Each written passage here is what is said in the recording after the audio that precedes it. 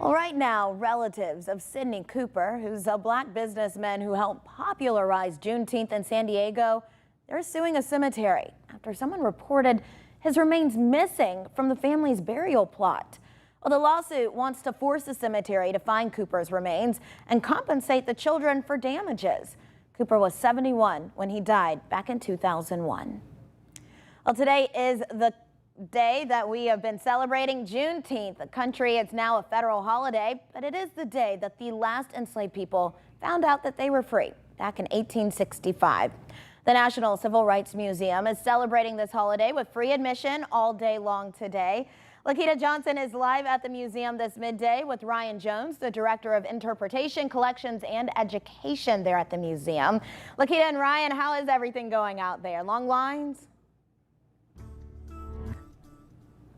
Good morning, Aaron. Doors opened at 9 and people have been flowing in and out because this is a partnership between the museum as well as the Ford Motor Company to give people free admission to come in here, learn more about the history, its origin, as well as the fight to freedom. Now, on June 19th, 1865, that's when Union soldier Major General Gordon Granger first arrived in Galveston, Texas to announce to those who were enslaved that they'd finally be free because the American Civil War finally ended, guys. And then more than 2.5 years after that is when President Abraham Lincoln signed the Emancipation Proclamation. And so that was on January 1st, 1863. And so the whole purpose of today is to focus and get people to focus on essentially the struggles to civil and human rights, as well as also raise awareness on systematic racism. So I have here with me Ryan Jones. He is a spokesperson for the museum. He's going to educate us more on Juneteenth. Ryan, why do you think that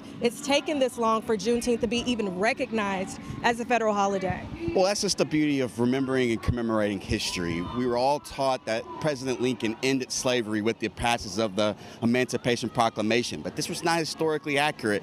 Until the end of the Civil War in April 1865, it took roughly 2.5 months for the remaining of enslaved Africans to know that they were indeed emancipated. So this day is seen as an emancipation, a liberation of a people who went through and endured so much oppression, but still had the over amounts of resilience to recover.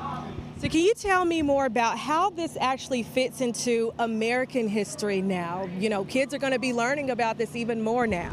Yeah, when the first enslaved Africans arrived on the coast of Jamestown, Virginia in 1619, they remained enslaved for over 250 years. So when we celebrate a day like July the 4th, 1776, the Independence Day, it wasn't the independence for all American citizens. And so in June of 1865, when General Granger went into Galveston, Texas, and formed the final enslaved Africans, this is seen as a day that all Americans should embrace and recall and to remember, because in order to know where we're going, we have to acknowledge and reconcile with our past. I want to thank you so much, Ryan, for that. And guys, again, doors opened this morning at 9. They close at 6. So you have all the time to get here and get all this history and learn everything that you can, not just about Juneteenth, but African American history as well. Now, if you are an NCRM member, it comes with some extra perks here. Not only do you get express entry, but you also get a member gift, and then you get a discount to the gift shop. So again, 9 a.m. until 6 p.m. today. For now in Memphis, I'm Lakita Johnson. Back to you.